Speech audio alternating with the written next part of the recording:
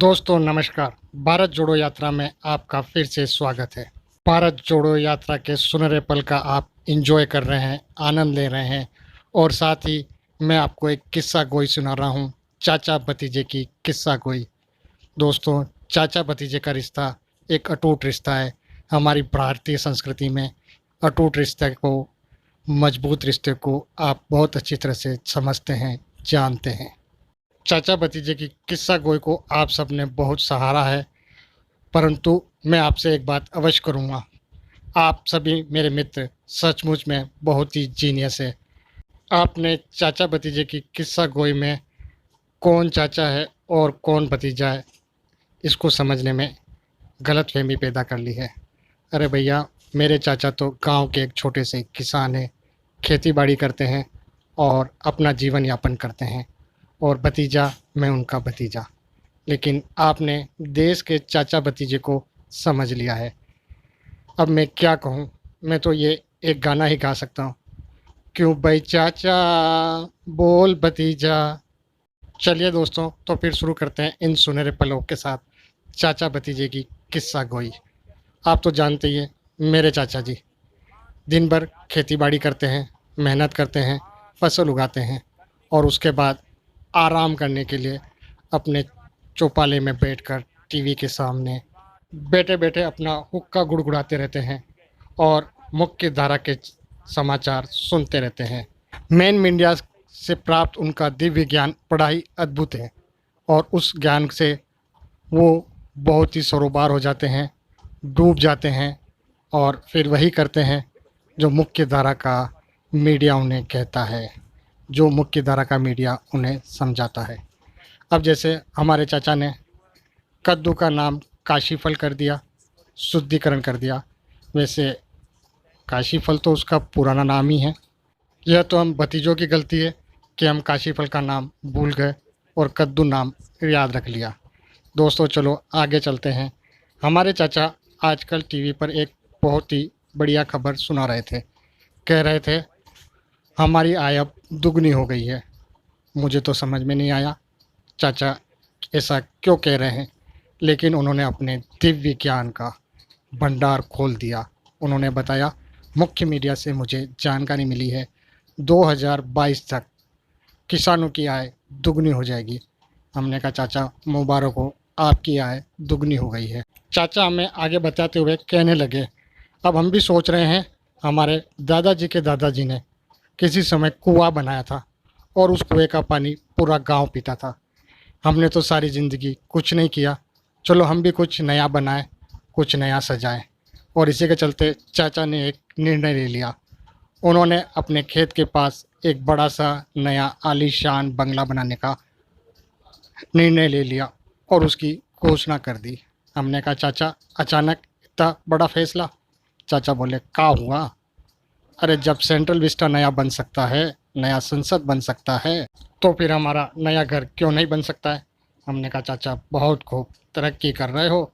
चाचा ने हमें झिड़की देते कहा बस कर बुड़बुक, समझ नहीं रहे हो। हमारे दादा के दादा का बनाए हुए कुएं का नाम आज तक उसकी मेड़ पर लिखा हुआ है। गांव के लोग आज तक उसकी तारीफ करते हैं।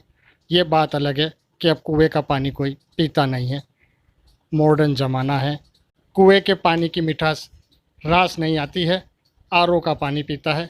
चलो साहब आरओ का पानी ही पी लियो, क्योंकि पानी में तो अब बहुत ही जहर घुला हुआ है, पॉल्यूशन बढ़ रहा है। कुएं के पानी में भी पॉल्यूशन हो सकता है। आरओ के पानी से फ़िल्टर करके पिया हुआ पानी, लेकिन कुएं के पानी की मिठास उसमें आपको नहीं मिलेगी। हमारे मन में बड़ी उलझन पैदा हो गई। हम सोचने लगे चाचा इसलिए तो अपना बंगला नहीं बना रहे कि कल आने वाली पुश्तें उन्हें याद करें, क्योंकि चाचा का तो अपना खुद का एक बहुत बड़ा मकान है। हाँ पुराना ज़रूर है, पर मजबूती के मामले में किसी से कम नहीं। 200 साल का हो गया है, लेकिन ईंट का एक पत्थर नहीं हिला है। पुरानी शान और शौकत के साथ इतराते हुए खड़ा हुआ है। लेकिन बात अब नई संसद की निकल गई है। चाचा हमारे पीछे तो रहेंगे नहीं, बंगला तो वो ज़रूर बनाएंगे। चलिए चाचा आपको नया बंगला मुबारक हो। दोस्तों आप हमारे किसान चाचा को तो जान गए हैं, आपको इस पहेली में नहीं फंसना है। अगर मैं नई संसद का नाम ले रहा हूँ तो ये एक पहेली मत बनाइए कि कौन है चाचा, कौन है भतीजा, क्यों भाई चाचा, बोल भतीजा। हमारे चाचा तो हमारे अंतरंगी मित्र हैं। जो उनके दिल में होता है वही उनकी जुबां पे होता है। बेखौफ बिना डरे वो सारी बात मुझसे कहते हैं। लेकिन एक डर का माहौल आपको ज़रूर दिख रहा होगा। दोस्तों, मैं आपको भारत जोड़ो यात्रा के सुनहरे पल के साथ पुरानी यादों में लेके चलता हूँ। ये यादें हैं 15 अगस्त 1947 के पहले की। दास्ता की जंजीरों को तोड़ने के लिए उस समय भी एक पद यात्रा चली थी, जिसे कहते हैं दांडी यात्रा। उस समय एक खौफ था, एक डर था अंग्रेजी हुकूमत का, और अंग्रेजी हुकूमत के उस डर को मिटाने के लिए यात्रा चली थी दांडी यात्रा। उस समय गुलाम देश के आवाम ने अपने अंदर के उस डर को मिटा दिया था, भगा दिया था, और एक नया हौसला, एक नया जोश, एक नया जुनून पैदा किया था, और आज़ादी की मार्ग पर आवाम चल पड़ी। दोस्तों, आज हम आज़ाद देश के नागरिक हैं, और हमें उस डर को, उस माहौल को अपने से दूर हटाना होगा जो हमें इस देश को जोड़ने से रोक रहा है।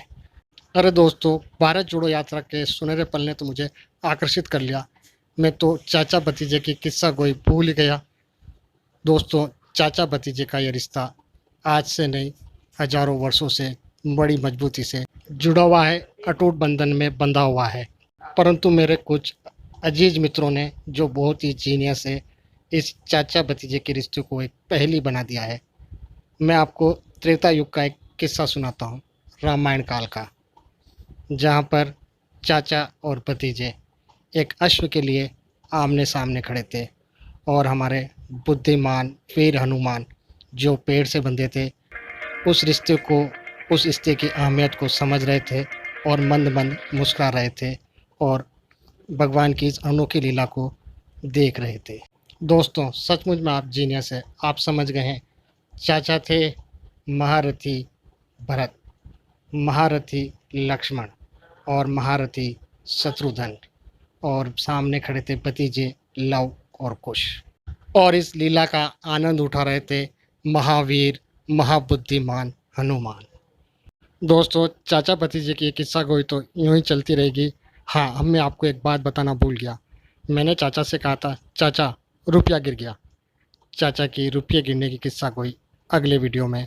आप सभी को भारत जोड़ो यात्रा की अपार सफलता के साथ राम राम सा।